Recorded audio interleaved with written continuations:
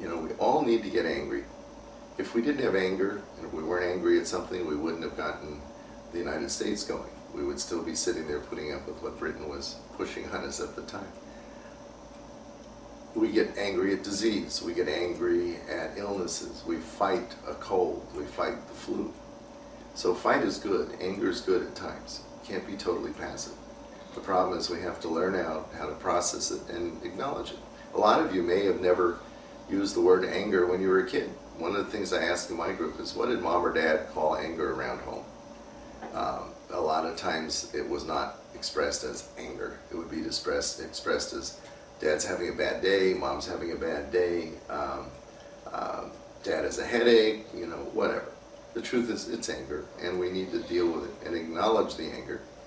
And it's not a bad idea for you to acknowledge it yourself. It's easy to blame. In my groups I always tell people, particularly domestic violence groups, but also the anger management groups, there's boundaries and responsibility. Those are a couple of things that I try to get across to people in my groups. Number one is there's a boundary for everybody. In your relationship, there's a certain number of things you can say, a certain number of things you can do that aren't offensive to the other person, but you're going to step over a boundary at some point. You can argue, you know, if you're living out in the desert and you're on a 5-acre hunk of land, you can yell at each other a little louder than if you're in a studio apartment in the middle of Los Angeles.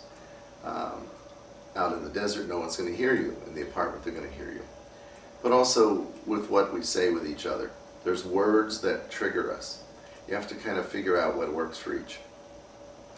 For some of us, you know, there's certain words, again, this goes back to the family thing or what other people have said, certain words that really can upset somebody. You have to be careful about that.